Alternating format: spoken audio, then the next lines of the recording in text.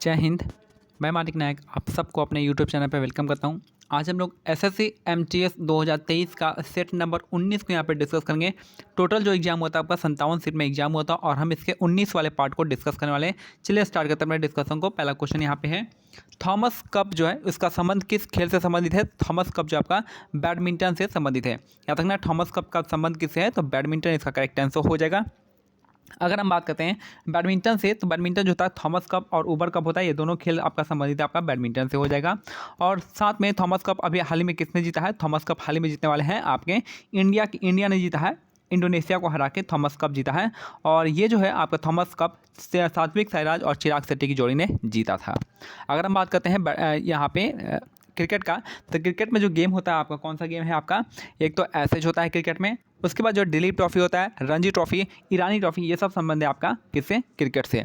अगर हम बात करते हैं फुटबॉल से, फुटबॉल के लिए हो जाएगा आपको कौन सा? तो बीसी राय ट्रॉफी होता है आपका फुटबॉल के लिए, फीफा होता है, सुब्रतो ट्रॉफी होता है और आपका संतोष ट्रॉफी होता है क्रिकेट फुटबॉल के लिए। ठीक है। उसी तरह से टेनिस के लिए भी कुछ खेल होते हैं जो आपको खेल और आपको कब देखना पड़ेगा। तो आप ये थोड़ा सा एक तरह का क्या होता है, एक तरह का आपको थीम मिल जाता है, उस थीम पे आपको पढ़ाई करना पड़ता है।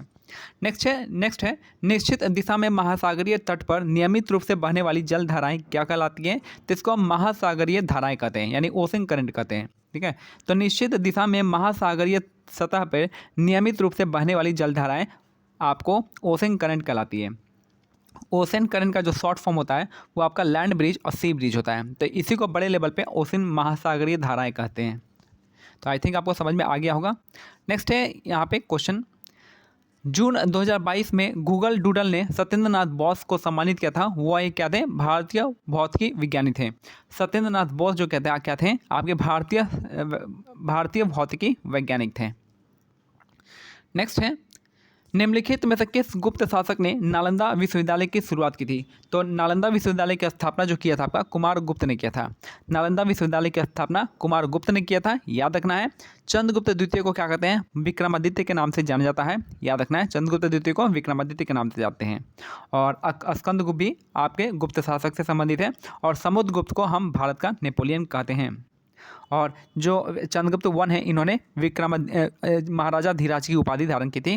और विक्रमादित्य जो है आपका उपाधि या चंद्रगुप्त द्वितीय की, इसको हम विक्रमादित्य भी कहते हैं। चंद्रगुप्त द्वितीय को विक्रमादित्य भी कहते हैं। नेक्स्ट है, जनन की वह प्रक्रिया जिसमें केवल एक ही जीव भाग लेता है उसको हम अलैंगिक जनन यानी एसेक्सुअल रिप्रोडक्शन कहते हैं। जनन की वह प्रक्रिया जिसमें केवल एक ही जीव भाग लेता है उसे हम एसेक्सुअल रिप्रोडक्शन कहते हैं, जिसको अलैंगिक जनन कहते हैं। वन इसका करेक्ट आंसर हो जाएगा। नेक्स्ट है क्वेश्चन नंबर, भारतीय संविधान का निम्नलिखित में से कौन सा अनुच्छेद कार्यपालिका से न्यायपालिका को अलग करता है? तो कार्यपालिका को न्यायपालिका से अलग करता है आर्टिकल 50 अलग करता है। ये आपका डीपीएसपी का पार्ट है जो कि आर्टिकल 50 कहता है कि कार्यपालिका को नगरपालिका से अलग होना चाहिए, न्यायपालिका को, नगर नहीं न्यायपालिका से। अनुच्छेद 44 आपका क्या है? यूसीसी है, यूनिफॉर्म सिविल कोड। एक राज्य में है आपका, जो उस राज्य का नाम है गोवा, जहाँ पे पूरी तरह से इंप्लीमेंट किया हुआ है। उसके बाद जो है आपका आर्टिकल 46 जो है आपका वीकर सेक्शन के लिए संबंधित है, वीकर सेक्शन के उत्थान के लिए है आपका आर्टिकल 46। और 40 जो है आपका यहाँ पे ग्राम पंचायत के गठन से संबंधित है।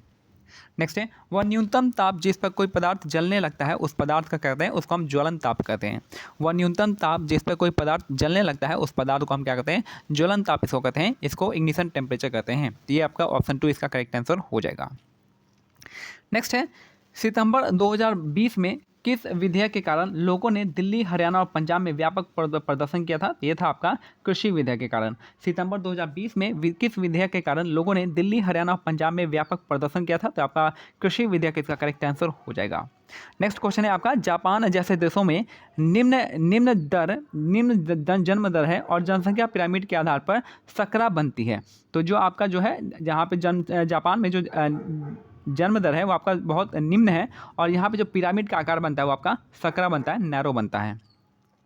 नेक्स्ट है, निम्नलिखित, याद रखना है कि जापान जो है, जापान में अभी हाल ही में G7 का बैठक हुआ है, क्वाड का बैठक हुआ है। और जापान की राजधानी टोक्यो जो है वो आपका होन्शु द्वीप पे आधारित है। और जापान के संसद का नाम डाइट है और इसकी मुद्रा येन है। और जापान जो है हमारे साथ जो है आपका जाइमेक्स एक्सरसाइज करता है, धर्म गार्जियन एक्सरसाइज करता है और साथ में आपको जो है आपका क्वाडलेटर मैरीटाइम सिक्योरिटी डायलॉग में भी, क्वाड में भी भाग लिया हुआ है। नेक्स्ट है, निम्नलिखित में से किस फसल को सुनहरा रेशा यानी गोल्डन फाइबर के रूप में जानते हैं? तो गोल्डन फाइबर के रूप में हम जानते हैं पटसन को यानी जूट को। जूट को हम क्या कहते हैं? गोल्डन फाइबर, इसका करेक्ट आंसर हो जाएगा। तो निम्नलिखित में से किस फसल को हम गोल्डन फाइबर कहते हैं? तो जूट इसका करेक्ट आंसर हो जाएगा। अभी जो 2023 चल रहा है वो कौन से फसल का साल चल रहा है? तो आपका मिलेट का है, इंटरनेशनल ईयर ऑफ मिलेट चल रहा है। नेक्स्ट है, अहमदिया इस्लाम का एक संप्रदाय है जिसकी शुरुआत भारत में हुई थी और इसकी स्थापना 1889 में मिर्ज़ा गुलाम अहमद के द्वारा हुआ था।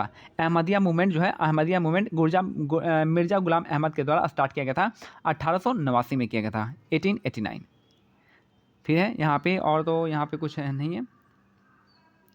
नेक्स्ट है, झिझिया किस राज्य का प्रसिद्ध लोक नृत्य है? झिझिया जो है आपका बिहार का लोक नृत्य है। झिझिया जो है किस राज्य का प्रसिद्ध लोकगीत है, लोक नृत्य है? ये आपका बिहार इसका करेक्ट आंसर हो जाएगा। ठीक है, तो बिहार जो है यहाँ पे लोकगीत, यहाँ पे बिहार में। और क्या क्या बिहार में फेमस है? बिहार में आपका छठ पूजा बहुत फेमस है। यहाँ पे कुछ डांस भी बहुत ज़्यादा फेमस है। जो कौन सा बिहार हो गया? जाट जाटिम बिहार का फेमस हो गया। फिर आपका पनवरिया जो है डांस सबसे फेमस हो गया। विदेशिया यहाँ पे फेमस हो गया। ये सब भोजपुरी यहाँ पे बहुत फेमस है, भोजपुरी। अगर हम बात करते हैं उत्तर प्रदेश का, तो उत्तर प्रदेश में क्या फेमस है? तो यहाँ पे जो नौटंकी हो गया, रासलीला हो गया, ये सब जो है, यहाँ पे कजरी हो गया, छापेली हो गया, ये आपका उत्तर प्रदेश में डांस फॉर्म है। अगर हम बात करते हैं हरियाणा का, तो हरियाणा का लूर डांस तो सबसे ज़्यादा फेमस है। हरियाणा का लूर डांस जो है आपका फेमस है। फाग डांस भी फेमस है। उसके बाद जो है आपका सांग डांस और धामल जो है यहाँ पे बहुत ज़्यादा फेमस है हरियाणा में।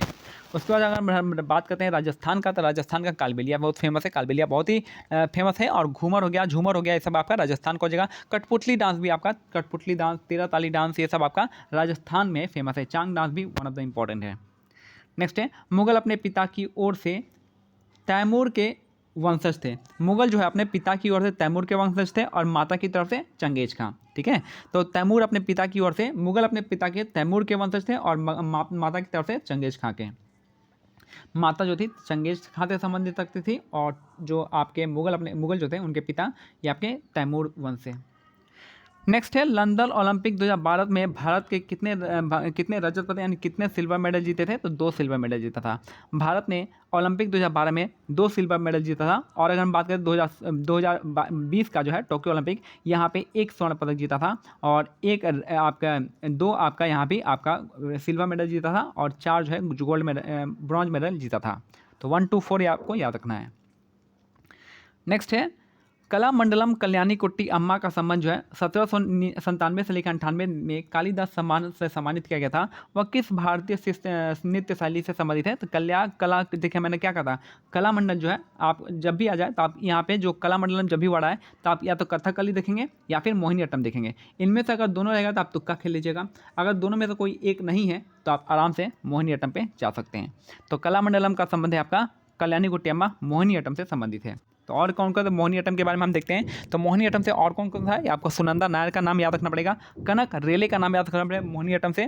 ठीक है, कनक रेले, सुनंदा नायर, आपका जयप्रभा मेनन का भी संबंध इसी से है और कल्याणी कुट्टी अम्मा का था यहाँ पे क्वेश्चन ही पूछा हुआ है।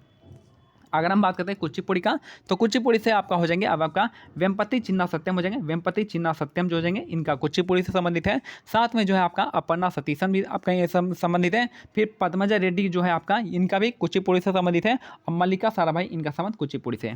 तो क्या क्या है आपका, वेम्पति चिन्ना सत्यम हो जाएंगे। फिर उसके बाद है पद्मजा रेड्डी, अपर्णा सतीशन और यहाँ पे और कौन है, मल्लिका साराभाई हो जाएंगे।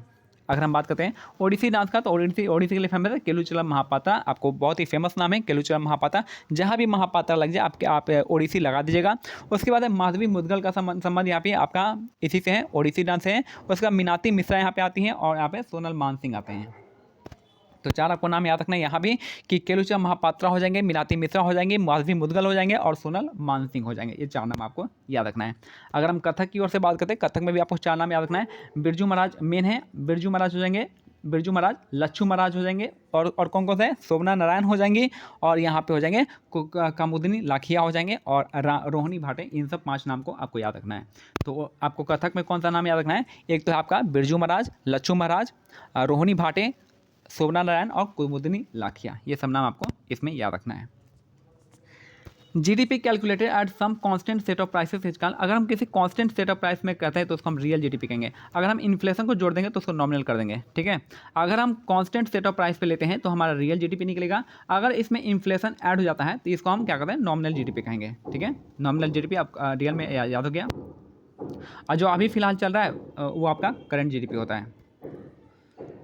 अब पूरे देश के लिए रहेंगे तो डोमेस्टिक हो जाएगा। दिल्ली में जामा मस्जिद किसके द्वारा बनाया गया था? तो दिल्ली में जामा मस्जिद शाहजहाँ के द्वारा बनवाया गया था। दिल्ली में जामा मस्जिद शाहजहाँ ने बनाया था। और क्या क्या बना था? तो आपका रेड फोर्ट बनवाया था, उसके बाद आपका जामा मस्जिद भी बनाया था और ताजमहल भी शाहजहाँ के द्वारा बनवाया गया था, ठीक है। अकबर ने यहाँ पे क्या कहते हैं, फतेहपुर सिकरी का निर्माण किया था। आगरा फोर्ट का निर्माण करवाया था आपका अकबर ने करवाया था। अलाउद्दीन खिलजी ने सीरी फोर्ट का निर्माण करवाया था। अलाउद्दीन खिलजी ने सीरी फोर्ट का निर्माण करवाया था। और भी बहुत कुछ है। दक्षिण अभियान जो है इनके अपने टाइम में मलिक कपूर ने किया था। और इसके साथ इनका जो मार्केट कंट्रोल पॉलिसी था काफ़ी अच्छा था।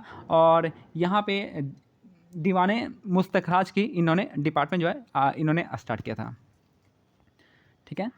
और आगरा शहर को बसाया था सिकंदर लोदी ने। नेक्स्ट है which of the following is the ultimate source of energy. Energy का सबसे अल्टीमेट सोर्स क्या है? सन है। सूरज जो है आपका अल्टीमेट सोर्स है एनर्जी का, यहीं से सारे एनर्जी यहाँ से मिलते हैं, ठीक है। तो ये सिंपल क्वेश्चन था कि सारे सोर्स ऑफ एनर्जी का सोर्स है आपका सन। लता मंगेशकर ने एक मराठी फिल्म में अपना पहला पार्श्व गीत रिकॉर्ड किया था। तो लता मंगेशकर ने एक जो अपना पहला जो फिल्म का जो पहला पार्श्व गीत है वो आपका मराठी फिल्म में इन्होंने रिकॉर्ड किया था।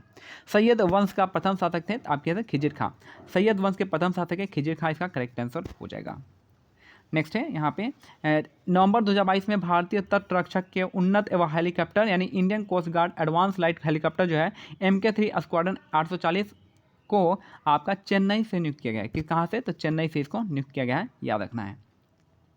नेक्स्ट है कटीले वन तथा झाड़ियाँ भारत के किन भागों में पाए जाते हैं? तो आपका उत्तर पश्चिम भाग में। तो अगर हम इंडिया का मैप देखेंगे तो यहाँ पे उत्तर यहाँ से हो गया और पश्चिम इधर से हो गया। तो कटीली झाड़ियाँ कहाँ मिलेगा? तो आपका राजस्थान साइड में, जो कि आपका थार डेजर्ट के पास होता है, उसको हमको यहाँ पे कटीली झाड़ियाँ देखने को मिल सकती है।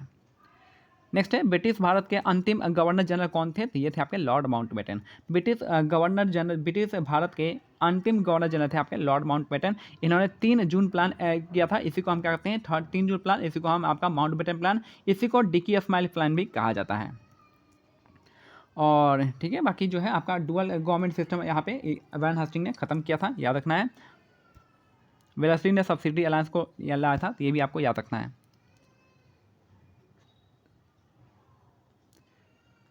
नेक्स्ट है मणिपुर या योसांग उत्सव कितने दिनों तक मनाते हैं? तो 5 दिनों तक मनाते हैं। याद रखिए मणिपुर का योसांग उत्सव जो आपका 5 दिनों तक मनाते हैं। और कुछ इंपॉर्टेंट क्या है मणिपुर का? तो मणिपुर में आपको जो है मणिपुर संबंधी जो है आपका फांग चोलम जो है आपका ये आपको त्यौहार मनाया जाता है। उसके बाद यहाँ पे जो है आपका जो लाई हरोबा फेस्टिवल ये भी आपका फेमस है। संघाई फेस्टिवल भी यहाँ का बहुत फेमस है। और यहाँ पे जो है जागोई डांस भी यहाँ पे फेमस है। थोगल जगोई यहाँ पे फेमस है। लाई हरोबा सबसे ज़्यादा फेमस है। और याद रखना नागालैंड की अगर हम बात करते हैं नागालैंड का फेमस कौन होता है? आपका ये जो नागालैंड का हॉर्नबिल फेस्टिवल ये आपका 10 दिनों तक मनाते हैं। 1 दिसंबर से लेकर 10 दिसंबर तक नागालैंड का हॉर्नबिल फेस्टिवल मनाते हैं। नागालैंड में मौसू का त्यौहार, सेक्रेनी का त्यौहार और आपका सेक्रेनी हो गया, मौसू हो गया, हॉर्नबिल हो गया, ये सब आपका नागालैंड में मनाते हैं। तो कुछ इंपॉर्टेंट टर्म्स से आपको याद रखना पड़ेगा। नेक्स्ट है लास्ट क्वेश्चन है कि द इनहेरिटेंस ऑफ लॉस है, ये आपका किरण देसाई के द्वारा लिखा गया है। इनहेरिटेंस ऑफ लॉस किसके द्वारा लिखा गया? किरण देसाई इसका करेक्ट आंसर हो जाएगा। तो ये इंपॉर्टेंट क्वेश्चन है जो कि आपको यहाँ पे बताएं। सेट नंबर आज हमारा 19 कंप्लीट होता है। मिलते हैं अगले सेट में, तब तक के लिए जय हिंद, जय भारत, धन्यवाद।